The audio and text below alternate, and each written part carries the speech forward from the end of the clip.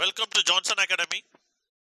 Today we are going to see about the world community. Is written by Dr. S. Radhakrishnan. The world community உடைய author Radhakrishnan அவருடைய பயோகிராஃபியை பற்றி போன வீடியோஸில் பார்த்தோம். இந்த வீடியோவில் அவர் எழுதின த வேர்ல்டு கம்யூனிட்டி அப்படிங்கிற பற்றி பார்ப்போம்.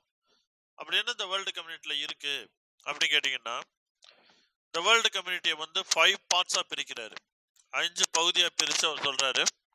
ஒவ்வொரு பகுதியிலையும் மனிதனுடைய வளர்ச்சி, சமுதாயத்தினுடைய வளர்ச்சி, இந்த சமுதாயத்தில் மனிதர்கள் என்னென்ன செய்கிறாங்க, இதை பற்றி டீல் பண்ணியிருக்காரு. நம்ம அதை பற்றி எலாபரேட்டாக பார்ப்போம். In the first part, we are going to see the human race is involved in a new stage of history. அதாவது மனித இனம் வந்து ஒரு புதுவிதமான ஒரு ஸ்டேஜ், புதுவிதமான ஒரு வாழ்க்கையை தொடர மாதிரி தெரியுது. ஏன்னா புது வரலாறு வந்து அவங்க உருவாக்க போற மாதிரி, அதை எடுத்து மேல வைக்கிற மாதிரி தெரியுது. Profound and striking changes are spreading over the whole world.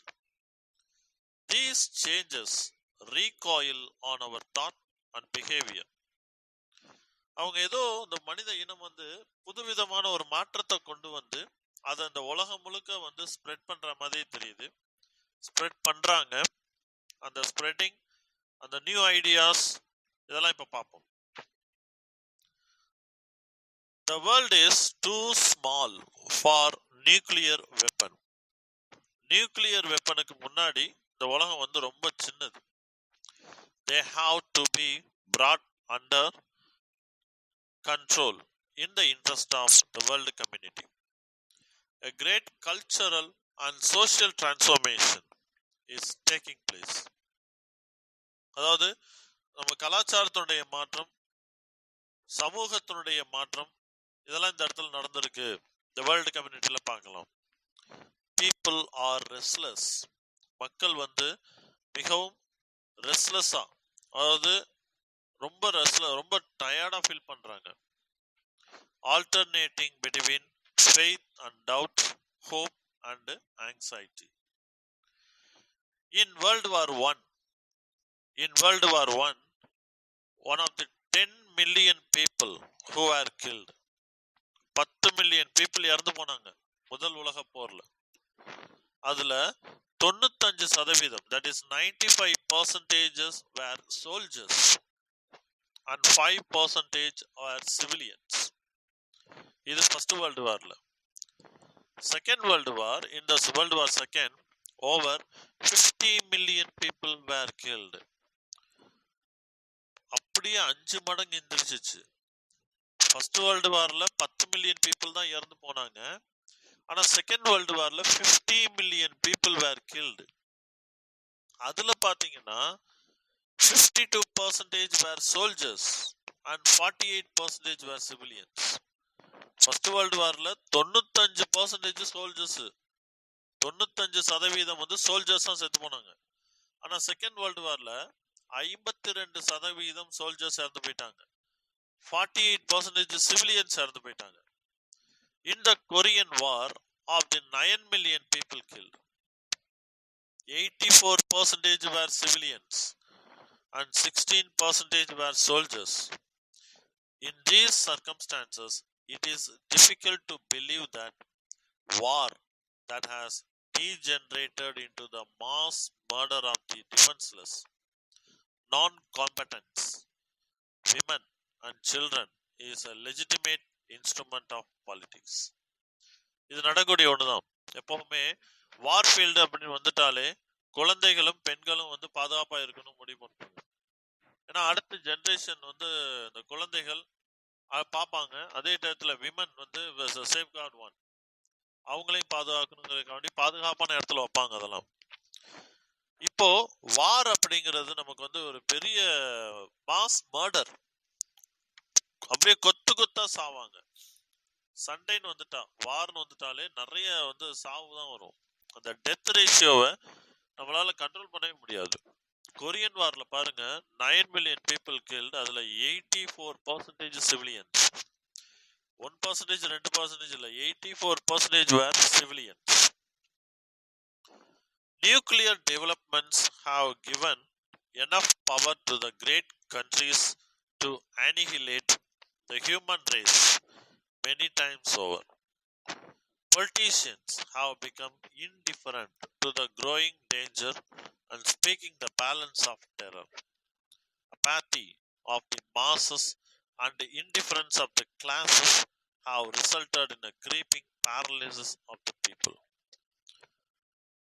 If we do not wish to shut our eyes to the devastation which the building of nuclear armaments means, the destruction of cities, ruin of countries, sufferings of human beings who are as good as ourselves, the demoralization of the world which accuses in a conspiracy of silence about the effects of nuclear explosion, radioactive fallout, the annihilation of human beings, we must acquire little quietude and think deeply. The nuclear வார்த்தை அடிக்கடி use பண்றது. Nuclear weapon, இந்த nuclear bomb வந்து இருக்கிறதுலே ரொம்ப டேஞ்சரான bomb. இந்த nuclear weapon வந்து எந்த ஒரு கண்ட்ரிலையுமே சொல்லுவாங்க, நியூக்ளியர் பாம்ஸ், நியூக்ளியர் வெப்பன்ஸ் எல்லாம் அதிகமாக யூஸ் பண்ணாதீங்க அப்படிமா. It refers that it kills many people, it destroys many cities. நம்ம அவ்வளோ அழகா நகரத்தை உருவாக்கி வச்சிருக்கோம், அவ்வளோ கஷ்டப்பட்டு எல்லாருடைய உதவியோடையும் எல்லாருடைய உழைப்பையும் அதுல போட்டு ஒரு நகரத்தை உருவாக்கி வச்சிருக்கோம், ஒரு நாட்டை உருவாக்கி வச்சிருக்கோம். அப்படி அந்த நாட்டை உருவாக்கி வச்சிருக்கும் பொழுது இவங்க நியூக்ளியர் பாம்பை, வார்ஃபீல்டுன்ற பேர்ல நியூக்ளியர் பாம்பை இம்ப்ளிமெண்ட் பண்ணாங்கன்னா, அதை வந்து யூஸ் பண்ணாங்க அப்படின்னா, it definitely destructs all the things. எல்லாமே அழிஞ்சு போயிடும், எதுவுமே இருக்காது அப்படின்றதுதான். அதே மாதிரி அதை சொல்லக்கூடியது எஃபெக்ட்ஸ் ஆஃப் நியூக்ளியர் எக்ஸ்ப்ளோஷன். அந்த நியூக்ளியர் எக்ஸ்ப்ளோஷனுடைய எஃபெக்ட் வந்து ஹியூமன் பீயிங் மேல ரொம்ப ஆபத்தானது. அது வந்து என்ன சொல்லலாம், not tolerable, it is not tolerable one. அவங்களால அதை தாங்கிக் கொள்ள கூட முடியாது அப்படின்ற மாதிரி சொல்றாரு. we should fight the immorality. மாரலுக்கு ஆப்போசிட் தான் immoral. we should fight the immorality and unreasonableness. காரணமில்லாத விஷயத்துக்கெல்லாம் சண்டை வரும். we should fight immorality and unreasonableness which still govern the world. அதாவது அநீதிக்கு எகென்ஸ்டா நம்ம சண்டை போடணும், அதே டயத்துல காரணம் இல்லாமல் வரக்கூடிய சண்டைக்கு எகென்ஸ்டாவும் நம்ம சண்டை போடணும். we must protest against the suppression of those who wish to enlighten the public about the realities of nuclear warfare. We should realize that there is no protection from nuclear weapon through shelters or emergency regulations. நம்ம கண்டிப்பா ஞாபகம் வச்சுக்கணும், நம்ம கண்டிப்பா realise பண்ணணும், அதை உணரணும். No protection from nuclear weapon. Nuclear வெப்பன்ல இருந்து எந்த ஒரு ப்ரொடெக்ஷனும் இல்லை அப்படிங்கறத கண்டிப்பா நம்ம உணரணும் அப்படின்னு சொல்றாரு. அது in a world where peace is becoming more and more precarious, the great powers have a special responsibility. அமைதி எங்கெல்லாம் வந்து நிலவணும்னு நினைக்கிறாங்களோ அதுக்கெல்லாம் பாத்தீங்கன்னா கிரேட்டஸ்ட் பவர்ல இருக்கிறவங்க எல்லாம் வந்து ரெஸ்பான்சிபிளா இருக்கணும். Great powers must have responsibility அப்படின்னு சொல்றாரு. with the calmness, deliberateness and patience they have to face and meet problems. We need not assume that human nature is unchangeable, and since there had always been wars, there would always be wars. World peace is not a dream in a shrinking world. It is a necessity and essential condition for survival of human race. Can we attain this goal with a threat or the use of forces? William James அப்படிங்கிற ஒருத்தர், அவர் ஒரு பெரிய ஒரு essay எழுதியிருக்காரு. இந்த William James அப்படிங்கிற ஒரு நல்ல எஸ்ஸே எழுதியிருக்காரு. இந்த எஸ்ஸேயோட பேர் என்ன கேட்டீங்கன்னா, the moral equivalent of war. Moral equivalent of war அப்படிங்கிற புக் எழுதியிருக்காரு. இந்த எஸ்ஸே எழுதியிருக்காரு. Proposed a substitute for wars disciplinary function. வாருக்கு பதிலாக வேற என்ன இருக்கு? வார் தான் வந்து சொல்யூஷனா? இல்ல, வாருக்கு பதிலாக வேற ஏதாவது இருக்குதா அப்படின்ற மாதிரி அவர் கேட்கிறாரு. இந்த வாருக்கு பதிலாக இருக்கக்கூடிய மாரல் ஈக்குவலண்ட் என்ன இருக்கு அப்படின்னு பார்ப்போம். He held out other ways of preserving martial values as ideas of human honor and standards of efficiency. But it is not enough to propose equivalence for military virtues. We have to devise alternatives for the military methods. Issues which were hitherto decided through wars should hereafter be decided by other means. As long as there are nations, there will be a disputes and they should be decided by peaceful means. அதாவது நம்ம வந்து martial விர்ச்சுஸா எதை நம்ம எடுத்துக்கணும்? Ideals of honour and standards of efficiency. நம்ம திறமையை நம்ம வந்து கொடுக்கலாம். வார் தான் ரொம்ப முக்கியமா? இல்ல, திறமை என்ன இருக்கோ அந்த திறமையை வெளிப்படுத்தணும் அப்படின்ற மாதிரி சொல்றாரு. அதே டயத்துல ஆதர் சொல்றது, as long as there are nations, there will be disputes and they should be decided by peaceful means. நிறைய டிஸ்பியூட்ஸ் இருக்கும், ப்ரோஸ் அண்ட் கான்ஸ் நிறைய வரும். அதெல்லாம் தாண்டி பீஸ்ஃபுல், அமைதியான நிலை அப்படிங்கிறத கண்டிப்பா நம்ம கொண்டு வரணும்ன்றது அதனுடைய நோக்கமா இருக்கு. இன் political life as in social life, political life வேற, சோசியல் லைஃப் வேற இல்லை. பொலிட்டிக்கல் லைஃபும் ஒண்ணுதான், அதே டயத்துல சோசியல் லைஃபும் ஒன்னாதான் வருது அப்படி நம்ம சொல்றாரு. We cannot exclude conflict together. These have to be settled by a world organization and international authority. Kant அப்படிங்கிற ஒரு எஸ்ஸே எழுதியிருக்காரு. In his essay Perpetual Peace, did not suggest a world state but a group of states observing minimal rights of civilized behavior. நாகரிகம் வளர்ந்த இருக்கக்கூடிய நாடுகள், அந்த மாகாணங்கள்ல ஒன்று சேர்ந்து அவங்க வந்து ஒரு முடிவு எடுப்பாங்க. அப்சர்விங் மினிமல் ரைட்ஸ், எங்களுக்கு இந்த ரைட்ஸ் எல்லாம் வேணும், இந்த ரைட்ஸ் எல்லாம் எங்களுக்கு தேவைப்படுது அப்படின்னு சொல்லி அவங்களே வந்து ஒரு முடிவு எடுப்பாங்க. ஆனால் அவர் சொல்றது என்னன்னா, did not suggest a world, அந்த மாதிரி ஒரு சஜஷனே கொடுக்க மாட்டேங்கிறாங்க. ஏன்னு கேட்டா, he says he proposed a notion of world citizenship, a common fabric of legal behavior. அதாவது வேர்ல்டு சிட்டிசன்ஷிப், உலக குடியுரிமை, உலகத்துல நம்ம இருக்கோம் அப்படின்றது உலக குடியுரிமையை மொத்தமா நம்ம பண்ணோம் அப்படின்னா நல்லா இருக்குன்றதான் அவருடைய ஆசையா இருக்கு. But he cannot.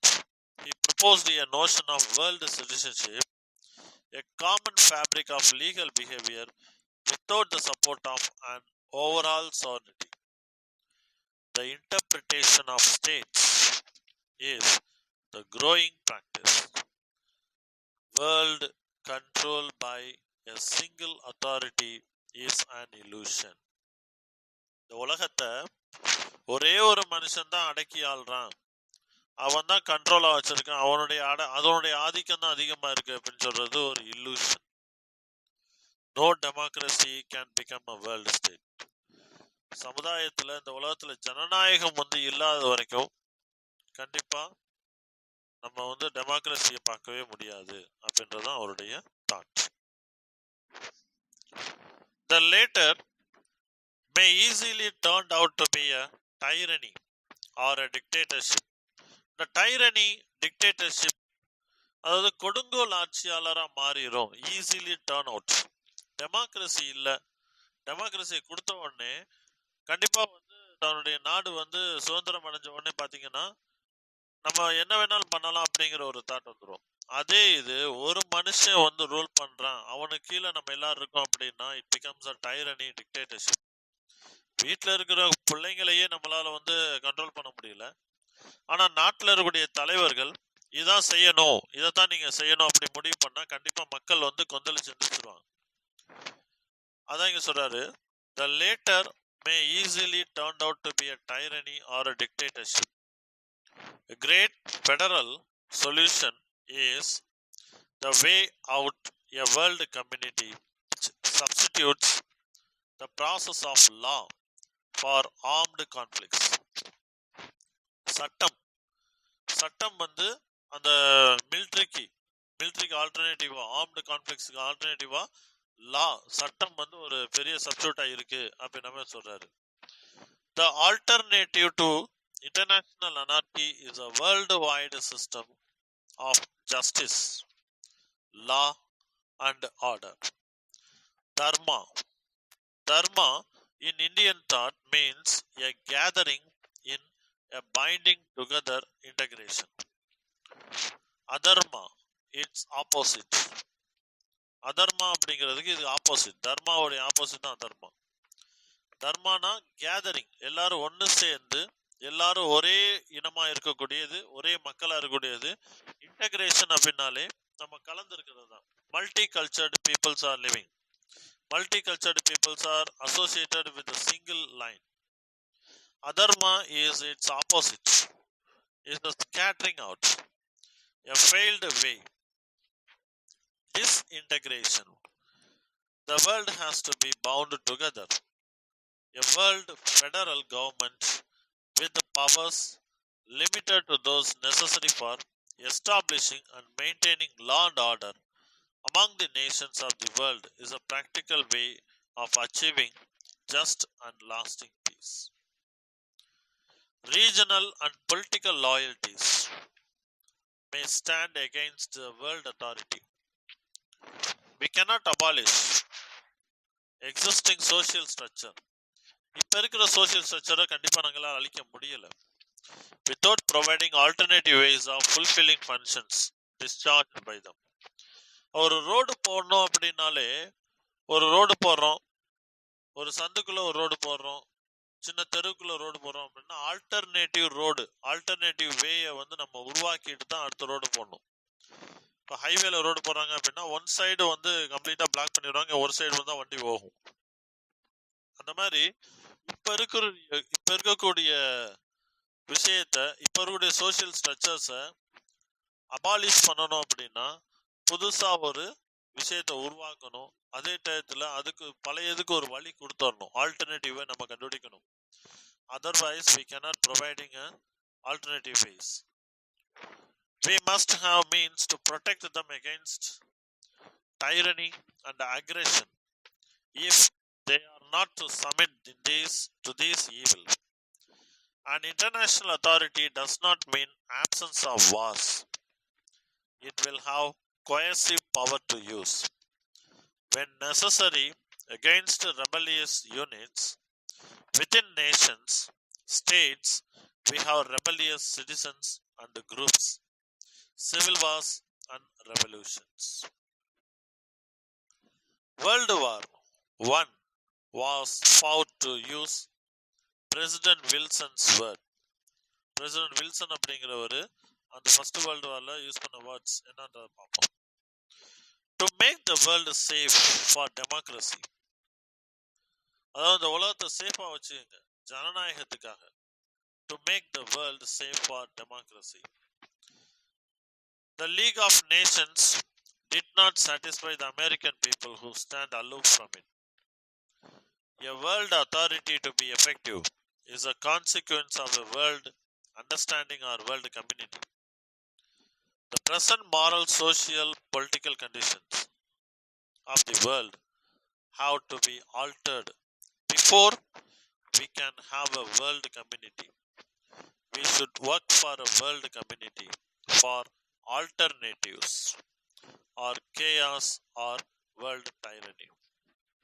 யாரு சொல்றாரு, a world authority to be effective. அதாவது உலகத்தை ஆளக்கூடிய அந்த ஆளுமை தன்மையுடைய அத்தாரிட்டி வந்து ஒரு எஃபெக்டிவான பர்சனா இருக்கணும். Consequences of world understanding or world community. அடுத்தடுத்து நடக்கூடிய நிகழ்வுகளை புரிஞ்சுக்கிட்டு அந்த உலகத்தை புரிஞ்சுக்கிட்டும் இந்த உலகத்தில் இருக்கக்கூடிய கம்யூனிட்டியை புரிஞ்சுக்கிட்டும் நடக்கூடிய ஆளா இருக்கணும். present moral, social, political conditions of the world have to be altered. அதாவது இப்ப இருக்கக்கூடிய சோசியல், இப்ப இருக்கிற பொலிட்டிக்கல் கண்டிஷன்ஸ், இப்ப இருக்கக்கூடிய மாரல் கண்டிஷன்ஸ் எல்லாம் மாத்திக்கணும், ஆல்டர்ட் பண்ணிக்கணும். Before we have a world community. நம்மள அந்த வேர்ல்டு கம்யூனிட்டிக்குள்ள கொண்டு வரதுக்கு முன்னாடி இந்த ஆல்ட்ரேஷன்லாம் கொடுத்ததுக்கு அப்புறம் தான் நம்மளால அந்த வேர்ல்டு கம்யூனிட்டிக்குள்ள கொண்டு வர முடியும். உலக சமுதாயம், இந்த உலக சமுதாயத்துல மாற்றத்தை கொண்டு வந்தா மட்டும்தான் செய்ய முடியும். மாற்றம் ஒன்றே மாறாததுன்னு சொல்லுவாங்க. ஏதோ நடந்துகிட்டே இருக்கணும், டெய்லி ஏதோ ஒரு சேஞ்சஸ், ஏதோ ஒரு பிரின்சிபல்ஸ் அவங்க கொடுத்துக்கிட்டே இருக்கணும் அப்படின்றதான் அவருடைய தாட்டாவே இருந்துட்டு வருது. ஓகே ஃப்ரெண்ட்ஸ், இதுவரைக்கும் நம்ம பார்த்தது டாக்டர் ராதாகிருஷ்ணன் எழுதின வேர்ல்டு கம்யூனிட்டியில இருக்கக்கூடிய பார்ட் 1 மட்டும் தான் பார்த்தோம். அடுத்து நெக்ஸ்ட் வீடியோஸ்ல பார்ட் 2, 3, 4 and 5 அதை பத்தி பார்ப்போம். அதோடைய எலாபரேஷன், அதோடைய எக்ஸ்பிளனேஷன் பத்தி பார்ப்போம். உங்களுக்கு எங்களுடைய சேனல் பிடிச்சிருந்தது அப்படின்னா மறந்துடாம எங்களுடைய சேனலை சப்ஸ்கிரைப் பண்ணுங்க, பக்கத்துக்கு பெல் ஐக்கான் அழுத்திடுங்க, உங்க ஃப்ரெண்ட்ஸ் எல்லாத்துக்கும் ஷேர் பண்ணுங்க, கமெண்ட்ஸ் பாக்ஸில் பிளேஸ் பண்ணிருங்க. தேங்க்யூ.